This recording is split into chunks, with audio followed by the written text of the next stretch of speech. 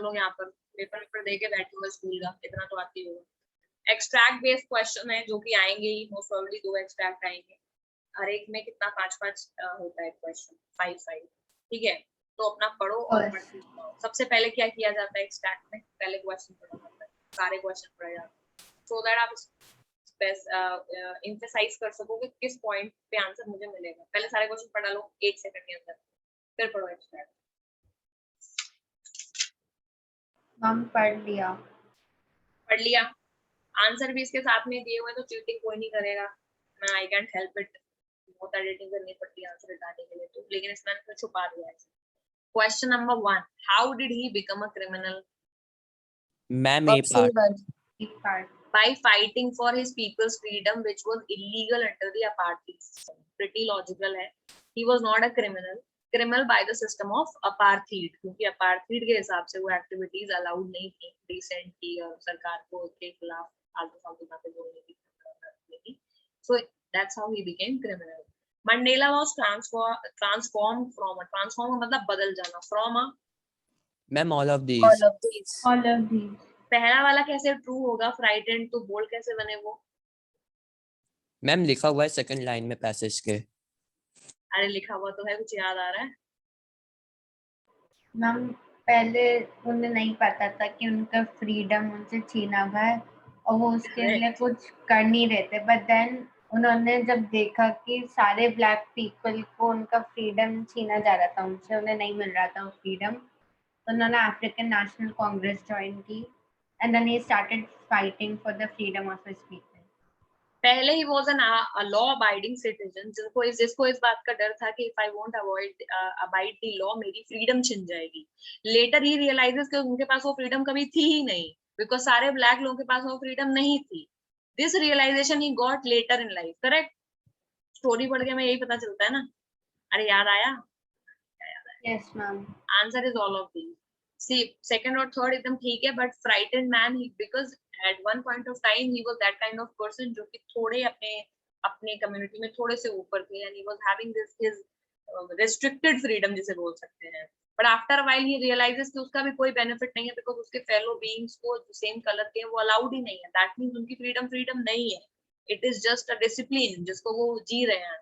तो वो डरे हुए इंसान जो लॉ को अबाइड करते हैं उससे चेंज हो जाते हैं bold man for the absolute freedom, क्योंकि उनकी फ्रीडम उस वक्त फॉल्स फ्रीडम थी जो उनको मिली हुई थी अपार्थाइड के टाइम पे। See which desire transform Mandela into a criminal? The desire for freedom of all. Desire to travel freely, ये आजकल चल सकती है बट मंडेला के टाइम पे तो नहीं है। A desire to become rich, ऐसा भी नहीं है। फिर third, a desire for freedom for all, और यही चीज मैंने सेकंड पॉइंट में भी बताई है कि उनकी जो थिंकिंग थी वो तब change, not for himself, he did not want freedom for himself, he wanted for all. और जब वो सबके लिए आजादी चाहते थे तब उन्हें रियलाइज हुआ कि जब तक एब्सोल्यूट फ्रीडम नहीं है तब तक किसी एक इंसान को सेलेक्टिव फ्रीडम देने का कोई सेंस नहीं है। Which of the following did Mandela want for his people? ये तो सबको ही पता होगा। All of these. ये डेमोक्रेसी के में ये कुछ पॉजिटिव पॉइंट्स हैं। इट गिव्स इंडिविजुअल फ्रीडम, सबको आजादी देती है। डिग्निटी, ये इंग्लिश में है बट ये बहुत ज्यादा सोशल स्टडीज से भी कनेक्टेड है। डिग्निटी का मतलब होता है हर एक इंसान की इक्वल वैल्यू है।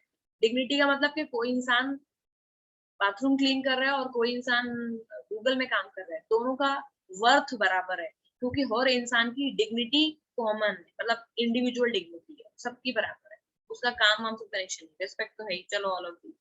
Which word means the same as being worthy of honor or respect? Dignity. पता ही चल गया है अभी। रिस्पेक्ट का मतलब dignity.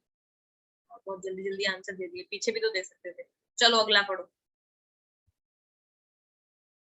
Just be honest here ना, यहाँ पर अभी 1 महीना बचा हुआ है, मैं छुपा नहीं सकती आंसर को। गलत आ रहा है गलत करो, मन में ही करो, मत बोलो, बट एटलीस्ट नो कि मुझे कितना आया। गिना करो बैठ कर, क्या मैंने क्लास में 60 क्वेश्चन किया, मेरे तो 20 ही सही थे, दैट मींस मैं गधा हूँ या गधी हूँ। I need to read it again, that's how you do it. Second, ma'am पढ़ लिया। पढ़ लिया, सबने पढ़ लिया। First Yes, question, which ceremonies are being referred to here? Option 1. A. Installation of non racial government, that is तो unbiasedly true. ठीक है, अगला मंडेलास क्राउनिंग, क्राउन तो किंग की होती है, he was not a king, फालतू बात है। सेकंड डिप्यूटी प्रेसिडेंट का नाम थाबो मिकी था क्या? हम थाबो की फर्स्ट डेप्यूटी प्रेसिडेंट था, मिस्टर डी क्लर्क सेकंड था। तो ठीक है, तो उल्टा लिखा हुआ है, Reverse इसीलिए कर मैंने दो। बोला है कि हर एक क्वेश्चन को, सारे ऑप्शंस को भी पढ़ना जरूरी है, उस समय और एक्स्ट्रा इन्फॉर्मेशन मिलती है। तो थाबो मेबेकी जो है वो फर्स्ट डेप्यूटी प्रेसिडेंट है, यहाँ पे सेकंड इन्होंने लिखा हुआ है, और जो डी क्लर्क है वो सेकंड डेप्यूटी प्रेसिडेंट है और ये फर्स्ट लिखा, तो उल्टा लिखा हुआ है। ठीक है, वरना अगर ये सही लिखे होते तो शायद 1, 3 एंड 4 तीनों ही करेक्ट होते। ठीक है, where did ceremony took place, ये तो याद होना चाहिए, इसमें तो ऑप्शन की जरूरत नहीं पड़नी चाहिए। कहाँ पे हुई थी? Third option. Ma'am third. both first and second. B का amphitheatre united formed by united buildings in Pretoria, ये तो मुझे भी याद आ रहा है, चैप्टर में दिया हुआ है। और अगला है सैंडस्टोन एम्पी थिएटर, तो आंसर शुड बी 3, बट इसमें दिया हुआ है आंसर बी, तो correct it, answer is C, both 1 and 2। What type of government, एक बार चेक कर लो फिर से।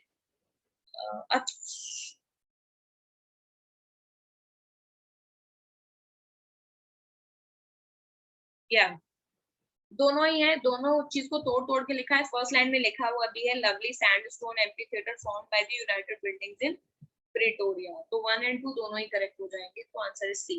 What type of government was chosen in South Africa, कैसी गवर्नमेंट को चूज किया उन्होंने? First option. Option A. Queen और किंग का तो कोई मतलब ही नहीं बनता, अनफेयर मींस क्यों करेंगे, अभी भी डेमोक्रेसी बनी है बाय फेयर इलेक्शन, सी का first. Why did military generals attitude change toward Mandela? Option second. उनका एटीट्यूड इसीलिए चेंज हो गया था क्योंकि अभी क्या हो गया था, अभी फ्रीडम मिल गया था कंट्री को रेशियल डिस्क्रिमिनेशन से। They were not sorry, why they were not sorry, can anybody justify? कोई ये भी सोच सकता है कि अरे लोगों का एटीट्यूड इसीलिए चेंज हो गया क्योंकि उन्होंने पहले मंडेला को जेल भेज दिया था, उनको लग रहा था मंडेला बदला लेगा, सो दे वर फीलिंग गिल्टी, सॉरी, या फिर उनको बुरा लग रहा था या डर लग रहा था। Ma'am, I think because before it was their duty very कि गुड, उनको ऐसे इन लोगों को अरेस्ट करना अगर कोई अगेंस्ट आए तो, but now it's not. Correct, very good. The first option is not correct because it is a duty of a officer कि वो अपने बड़े या अपने जो गवर्नमेंट है उसका बात माने, तो इसीलिए military generals they are never sorry for their action. अभी मोदी के टाइम पे कोई मिलिट्री जनरल कोई एटीट्यूड लेगा और कांग्रेस अगर वापस आ जाती है तो he will not be sorry because that was an order and the order has to be obeyed, that's how the system works. ठीक है, तो सिस्टम के चक्कर में the first option is not correct. हर एक ऑप्शन को चेक करो कि क्यों गलत नहीं होगा, तभी इतनी क्लैरिटी तुम्हें आएगी कि वहां पर तुम्हें ये पता रहेगा सही ऑप्शन कौन सा है, वरना कंफ्यूज हो जाओगे और 50-50 में हमेशा गलत ही टिक होता है, सही टिक कोई नहीं करता। Because they were a part of fight against the apartheid system, military generals were protecting apartheid system, they were not in fight with the system, correct? वो प्रोटेक्ट कर रहे थे because they were fickle minded. ये तो बोलना कोई मतलब की बात नहीं है बिकॉज मिलिट्री जनरल्स कोई इंसान नहीं है जिनकी बुराई अच्छाई की बात करें, इज अ सिस्टम कि वो मंडेला को अरेस्ट करके इसीलिए ले गए बिकॉज वो उस वक्त यूरोपियन गवर्नमेंट के अंडर थे, उनकी ऑर्डर वो मान रहे थे, अपार्थाइड को रोकना उनका था। जब मंडेला आजाद हो गए, अपार्थाइड सिस्टम खत्म हो गया, now Mandela was their president, तो उसके हिसाब से अब उनको इज्जत देना उनका काम है, इसीलिए वो करने लगे। बाहुबली देखिए किसी ने? Yes Yes, ma'am. Perfect example है वो कि कटप्पा बाहुबली को मारता है बिकॉज देवसेना नहीं, शिवगामी बोलती है ना, तो Sivagami was the ultimate authority there, तो उनका ऑर्डर वैल्यू करता है, उसके आगे वफादारी, बुरा अच्छा लगना, ये सब कोई मैटर नहीं है। What lesson can be learn from this story, क्या हम सीख जाएंगे इससे? Second option. Second option. To believe in justice, अरे स्टोरी से जस्टिस में नहीं, it is all about a संघर्ष, अ सिस्टम जिसमें हमने फाइट किया है, तो this story is not about believe, this story is about fight, कि आप जब गलत से लड़ते हो और सही करते हो, to fight for what is right, that is the entire story का क्रक्स है, and for those who can not fight for themselves, again same चीज जो 10 बार बोल चुके हैं Mandela, that I want freedom for all, because all these गरीब people नहीं, ऑल दीज वीक पीपल, वो अपने लिए खुद फाइट नहीं कर सकते हैं, so I have to stand for them because I am in a position where I can stand for them. और जब ये फीलिंग आ जाती है तो आप ये इन जनरल लाइफ में भी this feeling is very important, क्योंकि जब आपको ये फीलिंग आ जाती है तो आप अपना ही नहीं अपने साथ साथ कई लोगों का जिंदगी भी इम्प्रूव कर देते हो, और अच्छी सोच रखते हुए आप कंट्री की इकोनॉमी अपने आप ही इम्प्रूव कर देते हो।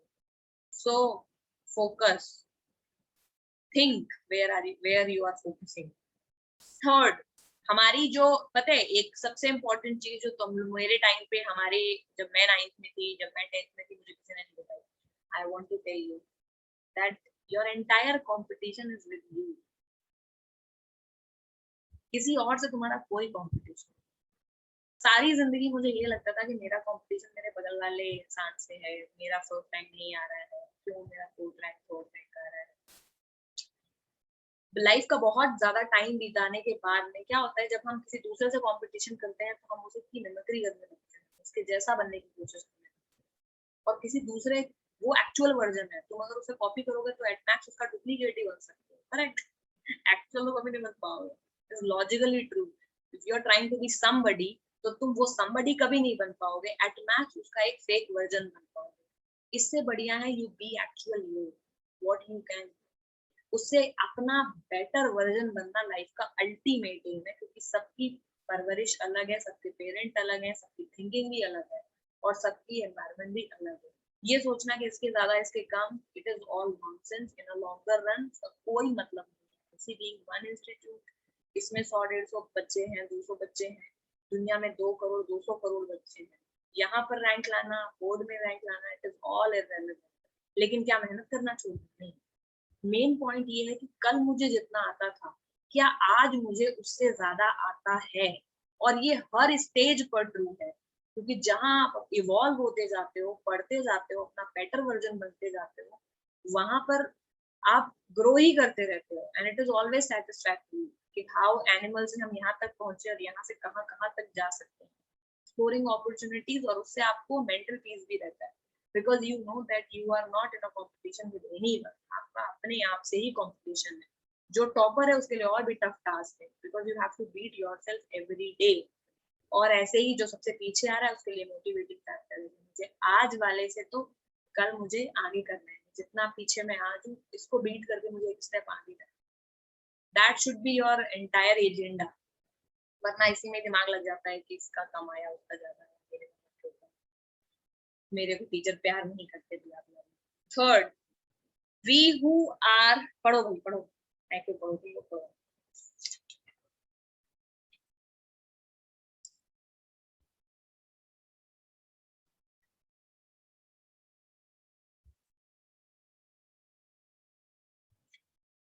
तो पढ़ लेना तो बता देना, ये नहीं 1 घंटा पढ़ रहे हैं बैठकर।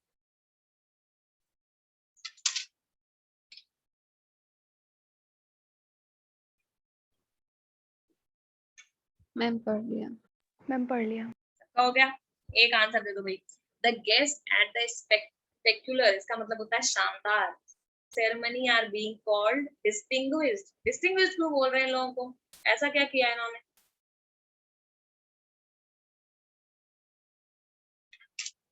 बताओ। Ma'am second part. Second. Very good, because they are eminent. Eminent का दूसरा मतलब समझ लो प्रोमिनेंट। प्रोमिनेंट मतलब जो अलग से फोकस होता है जिसके ऊपर। तो ये वो अलग अलग कंट्री के आए हुए बहुत ही ज्यादा माने, विख्यात, कुख्यात का मतलब जो गलत तरह से फेमस हो, विख्यात प्रोमिनेंट वर्ल्ड लीडर्स हैं जो इस सेरेमनी को विटनेस करने आए हैं, इसीलिए उनको बोलते हैं डिस्टिंग्विश्ड, जो दूसरों से अलग हो। समझ रहे हो?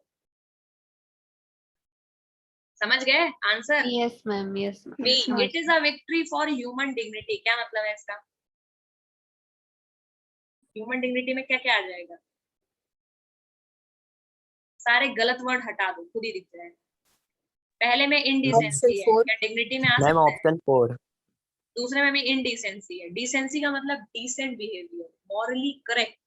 इनडिसेंट का मतलब करप्ट, तो ये दो तो हट गए। दूसरा इमोरलिटी, इमोरलिटी भी एक तरह से करप्ट होती है। डिसेंट, इमोरलिटी में क्राइम्स वगैरह भी आ जाते हैं, इनडिसेंसी में आपका बिहेवियर आ जाता है। ठीक है, decent behaviour but immoral behaviour नहीं होता है, इमोरल एक्ट होता है, अरे समझ पाते हो आप मैम ये एक मिनट, इमोरलिटी का मतलब क्या हुआ? इमोरल मैं बता रही हूँ ना, प्रैक्टिकल वे में बता रही हूँ। डिसेंट क्या होता है? डिसेंट इंसान का जेस्चर, पोस्चर, उसका बात करने का तरीका, उसको कैरी करने का तरीका, पढ़ने का तरीका, सोचने का तरीका। इमोरल आपका एक्ट होता है, जैसे आपने करप्शन किया, दैट इज इमोरल, समझ रहे हो? आपने किसी को पीटा, दैट इज इमोरल। तो immoral is generally your act, दोनों का पर्पस सेम ही है। इनडिसेंट और इमोरल दोनों एक ही चीज को दिखाते हैं, but one thing is your personal thinking, दूसरा इज योर एक्टिविटीज, उस पे फोकस होता है, ठीक है? दोनों इन अ वे सिमिलर सिनोनियम ही है, बस मैंने थोड़ा सा जो डिफरेंस है वो बता दिया। तो दोनों ही चले जाएंगे, कट जाएंगे, फिर बच गया क्या? यही वाला टिक हो गया, ठीक है? ऐसे ही करना है। अगर कोई बोलेगा कि इसमें इन वर्ड का क्या क्या मतलब है, तो जो मतलब नहीं हो सकता सबसे पहले वो वर्ड को चूज करो, इजी वाला, वो जहां जहां है उस सारे ऑप्शन को काट दो, ठीक है? और इसके लिए बहुत जरूरी है कि तुम्हें एकदम क्लियर कट चीजों का मतलब पता हो, वरना एलिमिनेट ही गलत कर दोगे, गलत चीज को सही मान के एलिमिनेट कर दोगे। Why does the speaker say that it is a rare privilege? Rare privilege का क्या मतलब है?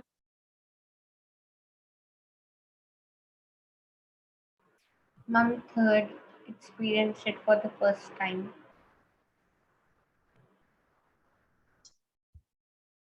Chosen over Option other countries for this honor, being deprived of this honor. Rare का मतलब seldom, ये तो नहीं होगा। ओवर अदर कंट्रीज ये भी नहीं होगा। थर्ड का सी ही बचा, मतलब सी का थर्ड ही बचा, ठीक है? मैं बताती हूँ, रेयर प्रिविलेज का मतलब है ऐसी चीज जो आपको कभी कभी कदे कदार, ये ईद का चांद है, समझ गए? कभी ईद का नहीं, हाँ ईद का ही चांद होता है, ईद का चांद है जो कभी कभी देखने मिलते हैं। तो डिप्राइव्ड ऑफ का मतलब कि अभी तक ये ऑनर्स उनको डिप्राइव रखा गया, ये रेयर प्रिविलेज का मतलब नहीं है। ये हुआ जरूर है कि अभी तक उनके सामने उनको इस तरह की आजादी से डिप्राइव रखा गया है, करेक्ट, लेकिन ये रेयर प्रिविलेज का मतलब नहीं है, करेक्ट? रेयर प्रिविलेज का मतलब है जो हमें कभी कभी दिखता हो या वंस इन अ वाइल कभी कभी दिखता हो। तो इस तरह की रेयर चीज तो सी में ही दिख रही है, because they are experiencing it for the first time. Answer ये वन भी सही है। फोर्थ इसलिए गलत है क्योंकि बाकी कंट्रीज से ऊपर साउथ अफ्रीका को चूज नहीं किया गया है, बाकी कंट्रीज का अपना अलग जर्नी है इंडिपेंडेंस का, करेक्ट? उनको आजादी जब मिलनी थी, जैसे मिलनी थी मिल गई या मिल जाएगी, साउथ अफ्रीका को जैसे मिलनी वैसे मिल रही है। तो किसी कंट्री के ऊपर चूज किया गया है क्या? कंट्री की रेस तो नहीं चल रही है ना यहाँ पर। तो फोर्थ ऑप्शन तो एकदम इनकरेक्ट है कि बाकी कंट्रीज के ऊपर चूज किया है साउथ अफ्रीका को इस इज्जत के लिए। No, it is not correct. हर कंट्री यूनिक है, सबकी अपनी जर्नी यूनिक है। फोर्थ इनकरेक्ट है, फर्स्ट करेक्ट है, लेकिन ये रेयर प्रिविलेज के सेंस में सही नहीं है, इसलिए थर्ड ऑप्शन करेक्ट। समझ आ गया सबको? D, Yes, ma'am. How do you think the speaker feels? ये तो लिखा हुआ है, I feel related to unmindful का क्या मतलब है? बताओ भाई बताओ। हम मैम जो option mindful third. time, Third. Unmindful का मतलब पता है क्या होता है? माइंडफुल का मतलब फुल ऑफ थॉट, अनमाइंडफुल का मतलब समझ ही नहीं आ रहा, उसको बेवकूफी भर गया दिमाग में कचरा, तो ये तो कोई मतलब नहीं हुआ। तो ए और बी तो एकदम गलत है। और अनमाइंडफुल देखो, एक ही ऑप्शन उन्होंने एक ही मीनिंग उठाई है जो कि कंपैरेटिवली इजी, और तीनों में भर दिया उसको। So they have made you so easy ना, they have made it so easy for you to eliminate. तो इस तरह हम अनमाइंडफुल का उन्होंने बता रखा है, जो मीनिंग है कि not be aware of something, क्योंकि नहीं, नॉट अनमाइंडफुल, एक मिनट मुझे एक बार फिर चेक करने दो। हम, क्योंकि जो बुक में जो लाइन दी हुई है उसमें एक वर्ड है नॉट अनमाइंडफुल ऑफ, तो उसका मतलब अनमाइंडफुल कॉन्शियस दिया हुआ है ना बेटा, अनमाइंडफुल के बहुत सारे हाँ वहां पे बुक में दिया होगा तो दिया होगा। अनमाइंडफुल का मतलब होता है नेग्लेक्टफुल, केयरलेस, जो चीजें भूल जाते हैं, समझ नहीं आ रहा है, फॉरगेटफुल, हीडलेस, सोचा नहीं है, समझ गए? तो ये बहुत सारे इसके मतलब हैं, वो उस सेंस में उन्होंने दिया होगा तो दे दिया होगा। बट अनमाइंडफुल का मतलब है कि you don't know what you say, समझ गए? Basically you are not aware, आप सेंसिबल तरीके से काम नहीं कर रहे, बोल नहीं रहे। क्योंकि माइंडफुल का मतलब ही ये होता है कि आपने अवेयर होकर के बहुत चीजें सोच समझ के आप बोल रहे हैं। तो माइंडफुल का मतलब होता है full of thoughts and focus. Pick the option that showcase the uses of post as in the extract. Post का क्या मतलब है भाई? ये तो मुझे नहीं पता। देखो आंसर तो Option 2. Ma'am option 2। 2 हम, क्योंकि 1, 3 and 4 में अच्छा, ये सेम। होस्ट साउथ अफ्रीका के लिए यूज हुआ है क्या? यस किसके लिए यूज हुआ है? मैम साउथ अफ्रीका के लिए। क्योंकि शी तो बाहर की लैंग्वेजेस में शी इज यूज्ड जनरली, जैसे हमारे यहाँ हर चीज ही के फॉर्म में होती है ना, वैसे ही बाहर फीलिंग हो, इमोशंस या कंट्री या लव, वो सब शी के फॉर्म में होता है, जैसे जर्मेनिया, मेरियन, अपने अभी सरकार अपना तभी शी का एग्जांपल। तो she is generally used for country. तो she was able to host the event without anything. Okay okay, host का क्या मतलब है? अच्छा, तो गुड होस्ट, ये तो जनरल क्वेश्चन लग रहा है। होस्ट का मतलब वो होता है जो किसी चीज को ऑर्गेनाइज करे। तो यहाँ पर होस्ट का मतलब ये है कि वो इस इवेंट को होस्ट कर पाई है कंट्री, और इसमें कोई दिक्कत नहीं है। करेक्ट। हिंड्रेंस का मतलब रुकावट। शी मेट द थर्ड तो बिल्कुल ही गलत है। होस्ट किसी लड़की के लिए यूज तो हुआ नहीं है, और किसी लड़के के लिए भी यूज नहीं हुआ है, कंट्री के लिए यूज हुआ है, इसीलिए आई थिंक बी पार्ट। हाँ बेटा। मैम मैंने तो बी इसलिए बोला था क्योंकि बी में host as a verb use हो रहा है जैसे एक्सट्रैक्ट में, और बाकी तीनों में होस्ट एज अ नाउन है, जो बंदा होस्ट कर रहा हो कोई पार्ट। मैंने क्वेश्चन गलत पढ़ लिया। क्वेश्चन ऑल्दो आंसर सही दिया बट क्वेश्चन गलत पढ़ लिया। क्वेश्चन गलत इसलिए पढ़ लिया क्योंकि इन्होंने ये बोला है यूजेस ऑफ होस्ट, मैंने वर्ड ऑफ होस्ट। इसमें यानी इस तरह जिस तरह एक्सट्रैक्ट में कंट्री, एक्सट्रैक्ट में जिस तरह से होस्ट वर्ड का यूज हुआ है, उसी तरह से होस्ट वर्ड का यूज हमें यहाँ करना है। ये करेक्ट क्वेश्चन है ना। तो यहाँ पर होस्ट का यूज साउथ अफ्रीका के सेंस में हुआ है। हाँ, वी यानी कंट्री। तो कंट्री जिस तरह से होस्ट कर रही है उसी तरह से यूज हुआ है, तो मैंने उस सेंस में आंसर बी दिया है। बट इसमें क्वेश्चन ये नहीं है, तो अगेन आंसर उस सेंस में भी बी ही होगा। मतलब जिस सेंस में होस्ट यूज हुआ है, तो होस्ट किसी सेरेमनी को होस्ट करने के सेंस में यूज हुआ है, तो ग्रामेटिकली बी करेक्ट है। ठीक है। लेकिन एक बात ये बताओ, फिर ए क्यों करेक्ट है, इनकरेक्ट है, और सी क्यों इनकरेक्ट है? अच्छा, ए में होस्ट नाउन है, सी में भी होस्ट नाउन है, करेक्ट, और डी Yes, में भी ma'am. होस्ट नाउन है। Okay Yes, okay okay ma'am. Okay. अरे बाकी लोग बोलते क्यों नहीं हो यार? कोई बोलता ही नहीं है, सबको सब सही लग रहा है। यहाँ पे शी मेट द होस्ट, किसी होस्ट से मिली, he is the best host, वो भी होस्ट। और पहले वाले में he was praised for his hospitality as the host, यानी तीनों में ही होस्ट एक कोई इंसान है, नाउन के फॉर्म में यूज हुआ है। B is the only sentence जिसमें एबल टू होस्ट का मतलब है होस्ट कर पाना, यानी वर्ब के सेंस में यूज है। अच्छा, तुम ये बोल रही थी मानने वाली। Okay okay. Yes, ma'am. तो आप देखिए हमारा पैराग्राफ में होस्ट वर्ब की तरह यूज हुआ है या नहीं? Very good. Rare privilege to host, to be a. Ma'am ma'am तो आई ए थिंक वो पार्ट होगा क्वेश्चन ना। अलग से ही है। इसमें होस्ट की तरह यूज नहीं हुआ है, इसमें वर्ब की तरह यूज नहीं हुआ है, मैम इसमें ये नाउन की तरह यूज हुआ नाउन है। ही है। मैम ये स्टार्टिंग में मुझे डाउट हुआ था, ये क्वेश्चन किसी और क्वेश्चन बैंक में मैंने किया था, बट फिर मैंने अपनी टीचर से पूछा तो उन्होंने कहा कि जो टू बी होस्ट है वो इस सेंस में, वो वर्ब के सेंस में यूज हो रहा है वहाँ पे होस्ट। नहीं नहीं बेटा, मैम गलत इसका है। फर्स्ट पार्ट आंसर नहीं होगा। ना ना, बी बी यहाँ पे ये नाउन के सेंस में यूज हो रहा है। कौन बोल रहा है वर्ब के सेंस में? होस्ट टू द नेशंस, बगल में एक लगा दिया है और प्रीपोजिशन, टू यानी बी हमारे को होस्ट। ये रियल प्रिविलेज मिला है किसी नेशंस के लिए होस्ट होने का। That is noun only, host करने का नहीं है। ये नाउन ही है। इस क्वेश्चन में केवल नॉट लगा लो, सब क्वेश्चन सही है और आंसर बी हो जाएगा। ठीक है, हम लोग तो क्वेश्चन करेक्ट करने ही बैठे हैं। तीनों पार्ट एकदम सही है, तीनों में ही होस्ट का मतलब नाउन के सेंस में ही है। शायद उन्होंने नॉट पूछा होगा क्वेश्चन में, छापना भूल गए। तो B is the only part जहां पर host as a verb use हुआ है। आप सही है? अरे कोरस में आना बोलो। Yes ma'am. हमारी नॉलेज कैसे गलत हो सकती है? नॉलेज तो वो फाइनाइट होती है, उसको चेंज कर देंगे तो फंडामेंटली गड़बड़ हो जाएगा। तो यहाँ पर जो होस्ट है वहां मतलब है हमें रेयर अपॉर्चुनिटी मिली है इन कंट्रीज के लिए होस्ट बनने का। करेक्ट, होस्ट बनना that is means to be a host, यानी नाउन ही है। लेकिन अब यहाँ पर she was able to host the event without any hindrance, तो बी इज द पार्ट जहां पर वो होस्ट कैसे कर रही है, वर्ब के सेंस में, बाकी जगह पर नाउन हटा लो। Fourth, it was only when I, पढ़ो भाई।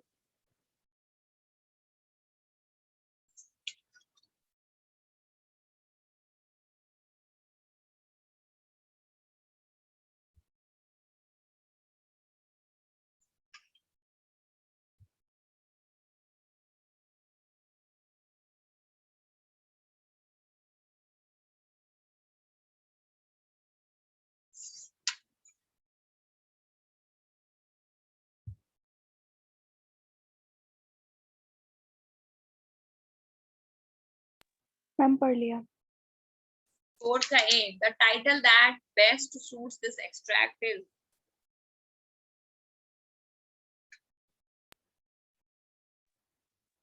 Ma'am fourth. Third option. Fourth, realization of freedom. It Kind was, of हो चलो सकता मैं है। खुद पढ़ती हूँ ये वाला तो चलो. It was only when I, केवल फर्स्ट क्वेश्चन की वजह से मैं ये पढ़ रही हूँ, कैसे करेंगे इस क्वेश्चन को. It was only when I began to learn, पहली बार मैंने सीखना शुरू किया, that my boyhood freedom was an illusion. तो मैं थोड़े पहले बता रही थी कि मेरी जो आजादी थी वो एक तरह का धोखा थी. When I discovered as a young man that my freedom had already been taken from me, जब मैं बड़ा हुआ तो मुझे पता चला कि मेरी आजादी तो मुझसे पहले ही ले ली गई है.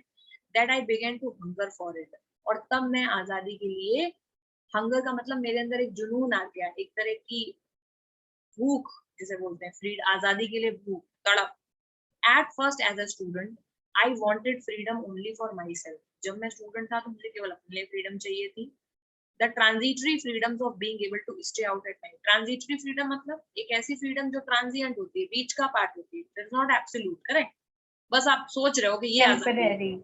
Temporary freedom. आप सोच रहे हो बस ये आजादी है. तो तब उसके लिए आजादी का मतलब क्या था? केवल बाहर रहना, read what I pleased and go where I chose, और वहां जाना जहां मैं जा सकूं. Later as a young man in Johannesburg, I yearned for the basic and honorable freedom. और वहां जाकर के मैंने किस चीज के लिए मेरे को तलब लगी? बेसिक एंड ऑनरेबल फ्रीडम, यानी जो बेसिक आजादी होती है जिसमें इज्जत मिलती है, ऐसे फ्रीडम के लिए. तो इसका जो बेस्ट एक्सट्रैक्ट होना चाहिए इसका, that should be knowledge about freedom. ये गलत है. फ्रीडम इज एवरीथिंग, ऐसा कुछ भी नहीं है कि फ्रीडम सब कुछ है, ये सब वो नहीं बता रहा है. वो ये बता रहा है कि फ्रीडम की इम्पोर्टेंस क्या है. और ये भी करेक्ट हो सकता है, रियलाइजेशन ऑफ फ्रीडम. बट क्या इस एक्सट्रैक्ट में उसको अचानक से फ्रीडम का कोई रियलाइजेशन हो रहा है कि वो आजादी उसको मिल गई है, या फिर आजादी मिलनी चाहिए, या फ्रीडम के बारे में वो फ्रीडम का मतलब नहीं समझ सका था. आगे जाते जाते उसको फ्रीडम की इम्पोर्टेंस पता चली, करेक्ट, कि वो जो सोच रहा था वो फ्रीडम का मतलब ही नहीं है. फ्रीडम का मतलब, फ्रीडम इज मोर इम्पोर्टेंट चीज, जो उसको आगे पता चली है. तो अब तुम बताओ सी या डी में ज्यादा क्या अच्छा होना चाहिए? हम सी. मैम सी. सी, क्योंकि उसने खुद बोला है कि बहुत जगह पर मिस्टेक हो गई उससे फ्रीडम का सिग्निफिकेंस करेक्टली ना पहचान पाने की, करेक्ट, कि उसकी इंपॉर्टेंस वो सही तरीके से पहचान नहीं सका. बाद में जाकर के उसको फ्रीडम का इंपॉर्टेंस समझ में आया कि basic dignity is also part of freedom. तो फ्रीडम की क्या इंपॉर्टेंस है, that is the correct in that sense. ठीक है, रियलाइजेशन हो जाता अगर लास्ट के स्टार्टिंग के दो पार्ट में ऐसा अभी लग रहा है कि रियलाइजेशन ऑफ फ्रीडम के, उसको रियलाइजेशन है किस चीज का? रियलाइजेशन वर्ड ठीक है, लेकिन किस चीज का रियलाइजेशन है? कि फ्रीडम का सही मतलब नहीं जान सकते, करेक्ट. तो उस सेंस में सी इज मोर करेक्ट. अरे समझ पा रहे हो क्यों बोल रही हूँ she is more Yes, correct? ma'am. Realization तो है, बट इसी बात का रियलाइजेशन है कि फ्रीडम का सही मतलब नहीं पता था. Why do you think the speaker mentioned some freedom as transitory? लो तो पता हो जाना चाहिए. Option 1. The freedoms are momentary and keep changing with time. अभी अभी बोला है कि Yes, जो ma'am. फ्रीडम होती है that is for a moment and वो चेंज हो जाता है with time. Your definition change, correct. तुमको 4 साल पहले जो खिलौना पसंद आता रहा होगा अब नहीं आता होगा ना. It change, you people change with time, so that the definition of the freedom also changes with time. It is also not permanent. आज हम जो आजादी ले रहे हैं वो हमें परमानेंट लग रही है बिकॉज हम डेमोक्रेसी में जी रहे हैं. आगे की हो सकता है फिर, लेकिन ये भी तो डे बाय डे इवॉल्व हो रही है ना. पहले गे मैरिजेस अलाउड नहीं थी, अब कंट्री में अलाउड है. तो क्या हो रहा है, फ्रीडम का मतलब ही तो बदल रहा है. समझ पा रहे हैं जो वो समझ रहे हैं, जो नहीं समझ पा रहे समझने की कोशिश करो. Choose the option that best fits the uses of the word illusion. धोखा का क्या मतलब है? illusion का एक्चुअल हिंदी मतलब क्या होता है? भ्रम. बताओ कहाँ भ्रम लिखा है? Option 4. I was living under the illusion that this is possible. Yes. Correct तो है, ग्रामेटिकली करेक्ट है. मैं इस भ्रम में जी रहा था कि ये पॉसिबल है. He was never able to get past the illusion. Extract के हिसाब से illusion का 4 करेक्ट सही. सबको सही लग रहा है? Yes, ma'am. Yes, ma'am. दूसरा तो बनाया ही भ्रम, दैट आई एक्सपीरियंस नहीं. A large mirror in the room creates an illusion. ये भी गलत है. It creates, I don't know. Illusion तो नहीं create करेगा large mirror. मैं इमेज करता हम हूँ. ग्रामेटिकली बाकी 3 भी करेक्ट हो सकते हैं ना, पर वो नहीं, नहीं. सेंस सही नहीं बनाएगा. As an extract extract के सही साथ. नहीं है. नहीं, ग्रामेटिकली तो सारे सेंटेंसेस सही हैं जब तक वर्ब सही लगे, हेल्पिंग वर्ब सही लगे, लेकिन यहाँ पर बी और सी कोई मतलब नहीं बना रहे, एंड इन एक्सट्रैक्ट के सेंस में तो बिल्कुल भी नहीं बना रहे। फोर्थ वाला तो बिल्कुल सही सेंस बना रहा है, we was under the impression. एक तरह से कहने का मतलब ये है कि मैं इस इंप्रेशन में जी रहा था कि मेरी जो फ्रीडम है वो अच्छी है, और एक तरह से इंप्रेशन यहाँ पर भ्रम की तरह यूज हुआ है, तो डी इज मोर करेक्ट। कोई है जिसे नहीं समझ आ रहा है, कोई कह रहा है ए एकदम सही है, किसी को डाउट नहीं है तो मैं चल D. The speaker says at first as a student, बोलो भाई। Ma'am D. Ma'am D part. Ma'am D part. मेरे को भी यही लग रहा है, ही वाज टू यंग, क्योंकि बेचारे कोई गलती तो थी नहीं। He did not want to think about the freedom denied to others। ये तो नेगेटिव सेंटेंस है, वो दूसरों के बारे में सोचना नहीं चाहते थे, ऐसा तो नहीं है। He was being selfish, ऐसा भी नहीं है, मंडेला ऐसे भी नहीं थे। He did not think that the freedom denied to him was important to others। At max सी सोचा जा सकता है, लेकिन ऐसा उन्होंने क्यों सोचा होगा कि जो फ्रीडम उनको नहीं मिल रही वो दूसरों के लिए भी इम्पोर्टेंट है। अरे सही बात है, जो उनको नहीं मिल रही यही तो उन्होंने सोचा था, तभी तो he fought for freedom for all। अरे समझ रहे हो, जब उनको ये पता चला कि वो जो बेसिक फ्रीडम जो उनके लिए इम्पोर्टेंट है, that is equally important for other persons, so हम ओनली यहाँ डिडंट लिखा है, डिडंट थिंक। अच्छा अच्छा, यहाँ तब तो Yes, बिल्कुल ही ma'am. गलत हो गया। He did Yes, not ma'am. think that the freedom denied to, उन्होंने ऐसा सोचा नहीं, तो ऐसा क्यों नहीं सोचेंगे, ऐसा उन्होंने डेफिनेटली सोचा। Fourth, he was too young to realize, that is the only, क्योंकि वो स्टोरी ऐसे ही बताते हैं कि जब वो बचपन में थे तो उनको ज्यादा चीजों का मतलब नहीं पता था, उनको ट्रांजिटरी फ्रीडम के बारे में ही पता था। तो इतने वो बड़े, इतने मैच्योर नहीं थे कि वो चीज समझ सके कि वो एक ऑपरेसिव सिस्टम में जी रहे, करेक्ट। उनको तो लगता था खाना पीना घूमना फिरना यही आजादी है। जब वो बड़े हुए तब पता चला कि ये तो सिस्टम का पार्ट है और ये सबके लिए बुरा है। ई। Ma'am second part. पढ़ लिया सबने, क्योंकि मैंने नहीं पढ़ा, सबको सही लग रहा है। मैम मैंने नहीं पढ़ा। I speakers belief about freedoms in childhood true or false। It was not until the speakers grew up to be a young man when it dawned, desired का कोई मतलब तो नहीं, desired or dawned on him होगा, arrived on him भी नहीं हो सकता है, ठीक है। Until the speaker dawned on him that he was deprived of freedom। deprived का मतलब, dawned का मतलब क्या होता है, चमका उनको, या इनको समझ आया, ठीक है। deprived of freedom का मतलब उनको रखा, मतलब उससे deprived का मतलब किसी को किसी चीज ना देने देना, उसको हिंदी नहीं है। deprived का मतलब समझ रहे हो, जैसे तुम्हें भूख लगी मैं तुम्हें खाना ना दूं, तो I am depriving you of food। अरे समझ रहे हो, समझा दिया मैंने deprive करना वर्ड एग्जैक्टली ये मुझे याद गया। Then he began desiring it. Desiring it यहाँ पर क्या है बताओ कलमंद बच्चों। डिजायरिंग इंफिनिटिव है, जीरंड है, क्या है, क्या है जीरंड, ठीक है ओके। अरे टू के साथ जब वर्ब लगती है तो इंफिनिटिव होता है, नॉन फाइनाइट।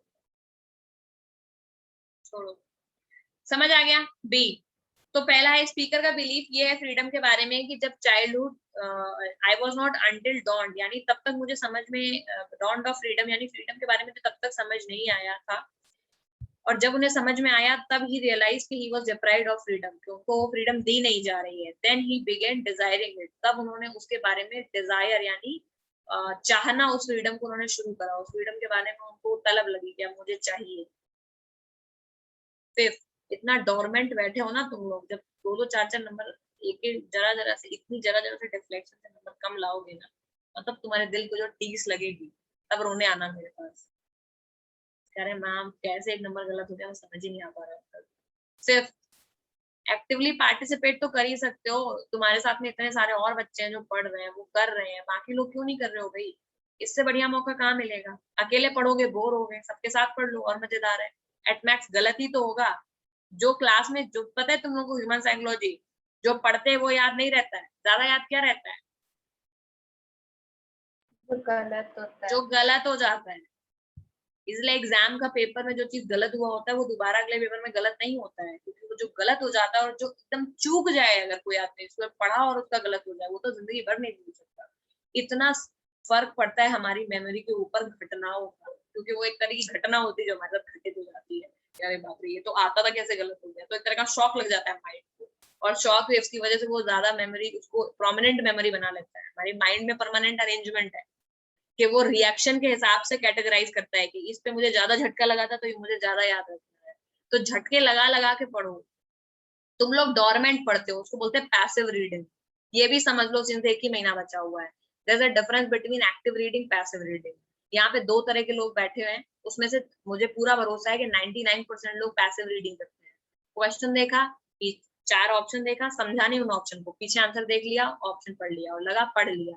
इसको पढ़ना नहीं कहते। एक्टिव रीडिंग का मतलब क्या होता है, जो हम यहाँ क्लास में कर रहे हैं कि एक ऑप्शन किया और चारों ऑप्शन उसके पढ़े, फिर बचे हुए चारों ऑप्शन को देखा कि ये क्यों गलत है। क्यों?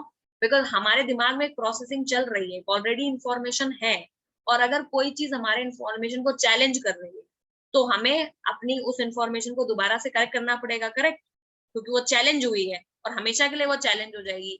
जो इस तरह से पढ़ रहे हैं उनको ज्यादा याद रहेगा। वो अगर एक बार भी पढ़ेंगे ना, ओनली वंस, अगर तुम केवल एक बार भी पढ़ोगे, 4-5 रिवीजन की मैं बात नहीं कह रही हूँ, 99% जो पढ़ोगे उसको वहां सही कलेक्ट, जो यहाँ पढ़ोगे वही टिक करके आओगे।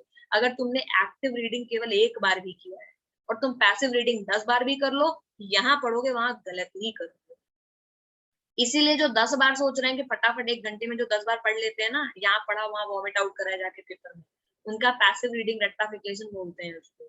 कभी नहीं करना चाहिए, उसका कोई फायदा नहीं होता, उसमें खिचड़ी और बन जाती है। ठीक है? तो यहाँ पर ये यहाँ पर बैठ करके क्वेश्चन अपने मन में करो। अगर गलत हो रहा है कोई बात नहीं, सोचो क्यों गलत हुआ, क्योंकि that is the only way जिसमें तुम टाइम बचा के पढ़ पाओगे। अगला भाई, which experience of operation is referred here? First. सबको ही पता है इसके बारे में क्या है। ट्रेजेडी, स्लेवरी, सब कोई बात नहीं की गई है। व्हाइट और ब्लैक के बारे में बात की गई है। Expression the sun shall never set here का क्या मतलब है? Ma'am third. थर्ड। सन मतलब अभी यहाँ सूरज कभी नहीं डूबेगा। किस चीज का सूरज है? आजादी का, उम्मीद का, डेमोक्रेसी का सूरज है। और क्योंकि ये वाली सूरज उगना, सन राइज, जब भी बोलते हैं ना, अवर एक वर्ड है, अवर मे माई कंट्री, एक वो नहीं है रविन्द्रनाथ टैगोर का, लेट माई कंट्री अवेक, सुना है? Yes, ma'am. A mind without fears, I guess. हाँ, mind, where the mind is without fear, where the head is held high, night में इसमें कहीं पोएम। ठीक है? तो उसका इस तरह के सेंस में ये चीज यूज की गई। साउथ अफ्रीका और इंडिया में बहुत पैरेलल चीजें देखने को तुम्हें। तो सन का मतलब है कि देश में वो, ये लोग भी बहुत पोएटिक बातें करते हैं जैसे हम लोग करते हैं। हमारे यहाँ गाना बजाना ज्यादा होता है ना, उनके यहाँ भी होता है। क्यों? क्योंकि मंडेला और गांधी एकदम एक ही जैसी बातें करते हैं। जहां पर आजादी का सूरज उगेगा, ऐसा हमारे यहाँ हिंदी में यही बोला जाता है कि आजादी का सूरज कैसा होगा, जिससे कंट्री के सारे लोग इंजॉय करते रहेंगे। ये सूरज कभी सेट नहीं होगा, क्योंकि सूरज सेट हो गया मतलब हमारी कंट्री से फ्रीडम चली गई। तो where the sun shall never set here का मतलब ये है कि आज यहाँ जो आजादी हमें मिली है वो हमेशा चलते रहेगी और हमारी कंट्री हमेशा आजादी रहेगी। दैट इज सी पार्ट, याद रख लो। How can Mandela's government be describe? Ma'am first part. Non racial तो डेफिनेटली है, और फर्स्ट तो डेफिनेटली है, और डेमोक्रेटिक तो होगी। अ गवर्नमेंट अनफेयर मींस कोई मतलब नहीं है। First government form by the people of colour, no no, that is No. People of which colour, colour का भी नाम नहीं दिया। Government elected through the fear and bribes, ये भी। ठीक है? और जब वो पीपल ऑफ कलर बोलते हैं तब एक जो फर्स्ट में दिमाग में आता है सकते कोई पर्टिकुलर कलर्स, वैसे भी रॉन्ग ही होगा। हाँ हाँ, वही तो।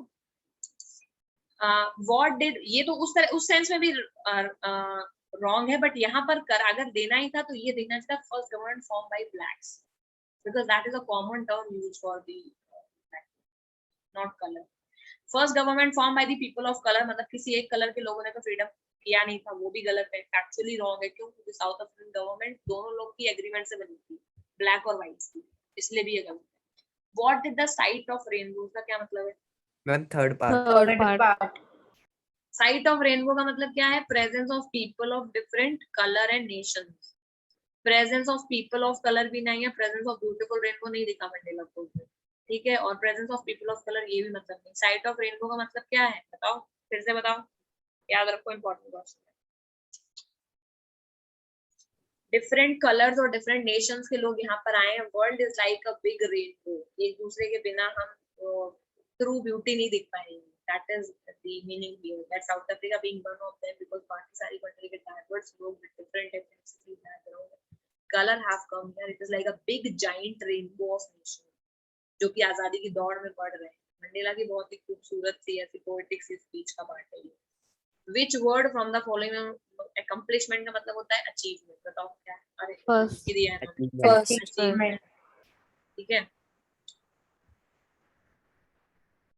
चलो भाई अगला ये और कर लेते हैं फिर बस होने ही वाले हैं क्वेश्चन ज्यादा नहीं. टेक्स्ट बेस्ड क्वेश्चन के बाद सेल्फ असेसमेंट खुद कर लेना तुम लोग कर ही लोगे. तो अभी 10 क्वेश्चन इसमें और है फिर खत्म नहीं चैप्टर. अपार्थिव का क्या मतलब है? Ma'am first part. First. part. SAP the political एक अपार्थिव एक तरह का पॉलिटिकल सिस्टम है लेकिन ये दोनों चारों में लिख के कितने चालाक है. फिर आगे यूनाइट्स का कोई मतलब नहीं है तो यूनाइट वाले तो काट ही दो. ये जोड़ता तो है नहीं. Separates people according to their religious belief. नहीं नहीं ये कौन से सिस्टम में होता है? मुझे भी नहीं इस तो सिस्टम में. सेक्युलर का ऑपोजिट होगा. सेक्युलर का ये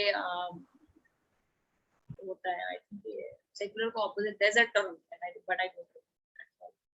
याद आएगा तो बता दूंगा. Secular a political system that separate people to according to their race. याद रखना है रेस और एथनिसिटी पे वार करता है apartheid system. Specially skin colour याद रखना है. Blacks and whites. How does Nelson Mandela define the meaning of courage? Ma'am ये third part. Triumph over Third fear. part. ये एकदम क्लियरली चैप्टर में था. करेज का मतलब है जीत. ट्रायम्फ का मतलब होता है जीत. किसके ऊपर? आजाद प्यार के ऊपर नहीं. करेज का मतलब है अपने डर के ऊपर. डर के आगे जीत है. ड्यू. ये रहा.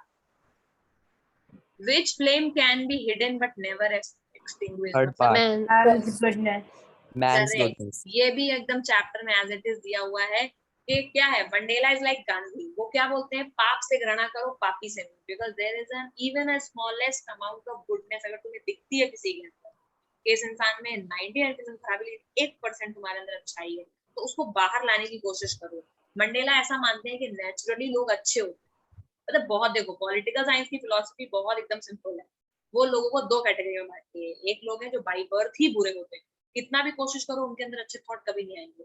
ऐसे लोग जो बात करते हैं वो नेगेटिव बात करते हैं. बहुत सारे फिलोसफर हैं जो हमेशा नेगेटिव बात करते हैं. लेकिन मंडेला और गांधी ऐसे दो लोग हैं जो किसमें बिलीव करते हैं? लोगों की अच्छाई में बिलीव करते हैं. उनको ऐसा मानते हैं कि बाय डिफॉल्ट लोग अच्छे होते हैं और वो किसी रीजन की वजह से बुरे होते हैं. तो इसीलिए वो बोल रहे हैं कि एक इस तरह की आग है जो छुप तो सकती है क्योंकि कंडीशन क्या बोल रहे हैं कि वो किसी वजह से तो बुरे हो गए. कोई रीजन जरूर है. तो ऐसी कोई आग है जो छुपाए तो तुम सकते हो सकता है कि एनवायरनमेंट कंट्री ने उसका बुरा किया हो इसीलिए वो बुरे हो गए. लेकिन कभी बुझ नहीं सकती. क्यों? क्योंकि जो कोर है जो अंदर की चीज है वो बाय डिफॉल्ट अच्छी है उन लोगों में. इसीलिए वो कभी भी बुझेगी नहीं. समझ पा रहे हो? Yes, ma'am. Goodness. Yes, Fifth, ma'am. what realization did Mandela have for his boyhood freedom? First, it was बस. an It illusion. It was just an illusion. illusion. वो केवल एक धोखा भ्रम था. How many seats? I don't know. Ma'am ma'am, second part The 252. second है. 252 seat देती है according to the majority poll. बाकी तुम लोग चैलेंज करना अगर Yes, गलत बोला ma'am. तो इनको पकड़ के देखना. 6 4 हम चेक decades. कर लिया. NCERT में 252 ही दिया हुआ है. Okay, 4 decades. Second, Second. Second. amphitheater. Sandstone amphitheater has been a seat of white supremacy. ठीक है. Who was sworn in first deputy president? Third. हाँ Third. वो वो में भी ये देखा फायदा हुआ उस क्वेश्चन को करने का. Just wait a minute guys. Just I have to turn the call.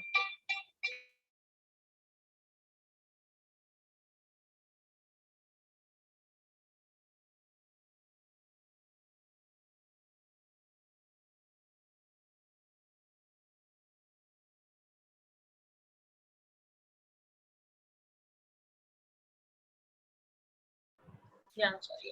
तो देखो हम हुआ फायदा four. कि नहीं हुआ? बोल रही थी. Yes, ma'am. हो गया. Why were two national anthems sung? क्यों गाए गए दो? Fourth part ma'am. Fourth. To imply पहला और unity. यूनिटी के लिए तो गाए गए दोनों का अलग अलग गाना ही पड़ेगा. और सेकंड क्यों? रेशियल डिस्क्रिमिनेशन को खत्म करने के लिए तो दोनों के गाने पड़ेंगे. तो fourth part. How was Nelson Mandela feeling on the day of inauguration? Second. Second. Proud on of Second. himself. कि किस तरह का स्टेटमेंट. नेल्सन मंडेला होता है ground to earth, down to earth और जमीन के नीचे दबा दो 50 फीट नीचे. उतने ज्यादा हम्बल इंसान थे. तो पहला तो overwhelm with the sense of history. ये हो सकता है. हम यही ये ये है देख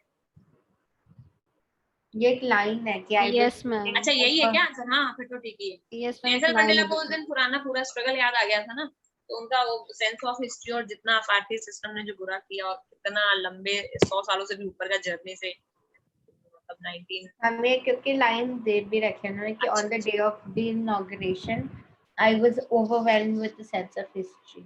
ओके दी हुई तो बहुत ही बढ़िया बात है, लेकिन वो डिस्करेज और डिस्क्रिमिनेटेड तो फील करेंगे नहीं, ये सब भी नहीं करेंगे, तो बाय सिंपल लॉजिक भी थर्ड करेंगे। From whom did Nelson Mandela learn the meaning of करेज? हम थर्ड या सेकंड? अरे सेकंड। हम Kind मैम of बाकी third तो लगा। ऑप्शंस नहीं बता रही अरे थे। यार वो तो गलती से मिस्टेक हो गई है ना मुझसे, इतना तो लो भाई लो लो। अब ठीक है, Yes. 10th फ्रॉम whom, अरे लो चुप ma'am third part. Third third part. I'm third. किससे सीखा? कॉमरेड्स। क्यों? क्योंकि इतने सारे नाम उन्होंने लिए हुए हैं that he was nothing but the sum of all these individuals, जिससे उन्होंने ये सब सीखा हुआ है।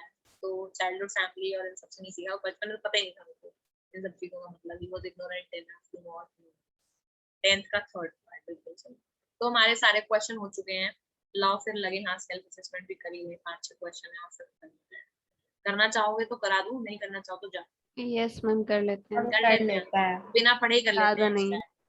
What was the speaker feeling at that day?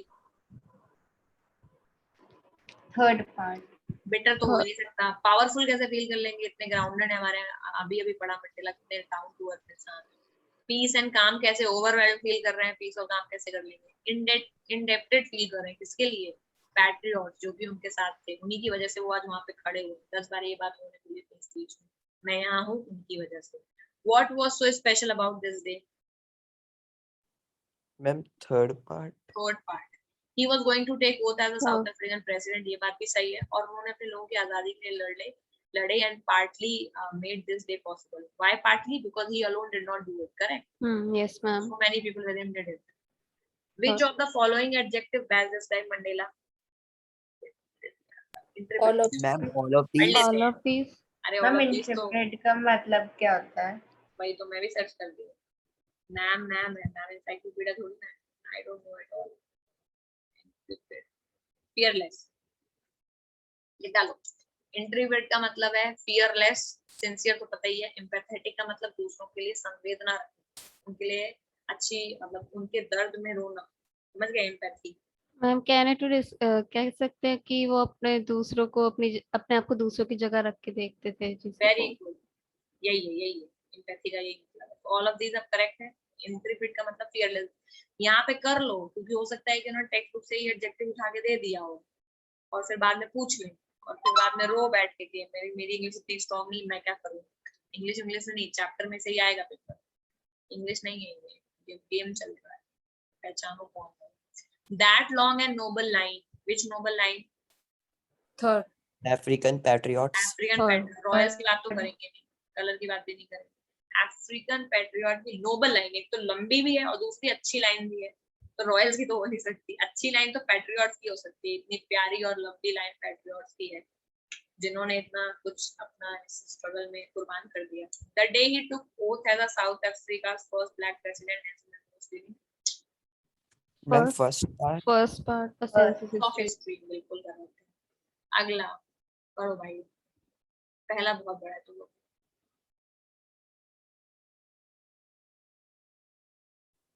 Ma'am first. First इसका आंसर तो बहुत ही इजी है। अपार्थाइड का डेफिनेशन दिया हुआ है, रट लो 10 बार देख लो।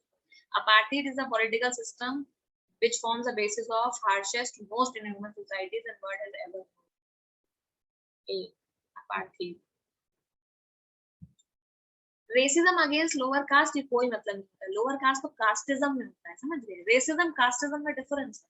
कास्टिज्म का मतलब सेम स्किन कलर हो सकता है, लेकिन ब्राह्मण अलग माना जाएगा और दलित अलग माना जाएगा। रेसिज्म का मतलब एथनिसिटी पे वार करना, काला गोरा भूरा उस तरह की। रेसिज्म स्पेशली वॉर के कलर के ऊपर होता है ना। Racism is ma'am all about apartheid colour. तो रेस के ऊपर होता है, रेसिज्म तो बस एक सब टाइप हो गया अपार्थाइड का। अरे वही बात कह रही हूँ, मैं कह रही हूँ दूसरा क्यों गलत होगा, क्योंकि वैसे भी रेसिज्म लिखा हुआ है, लेकिन apartheid is a system of race लेकिन इसमें भी कास्ट वास्ट जैसा कुछ नहीं है, इसीलिए दूसरा पार्ट इसका गलत है, रेसिज्म अगेंस्ट लोअर कास्ट। अगर कलर वाला लिख देते तो ये सेम हो जाता पार्ट के जैसा। समझ गए क्या बता रही हूँ? Yes, ma'am. Yes ma'am. ठीक है। रेसिज्म का मतलब है apartheid is the system of race, जहाँ पर ब्लैक, व्हाइट, गोरा, नीला, पीला, हरा, जो अलग अलग कलर के लोग हैं और अलग अलग ओरिजिन के, आर्यन रेस, ये रेस, वो रेस, जो कि मोस्टली कलर से ही डिफाइन होता है। रेस कैसे पता चलती है? फेशियल फीचर्स से।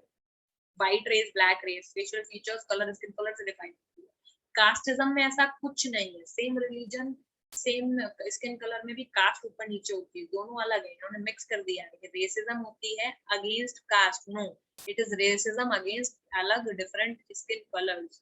ये है अपार्थीज का मतलब, इसीलिए दूसरा भी गलत है। दूसरे में रेसिज्म पार्ट सही है कास्ट के लिए, लेकिन ये नहीं होती है।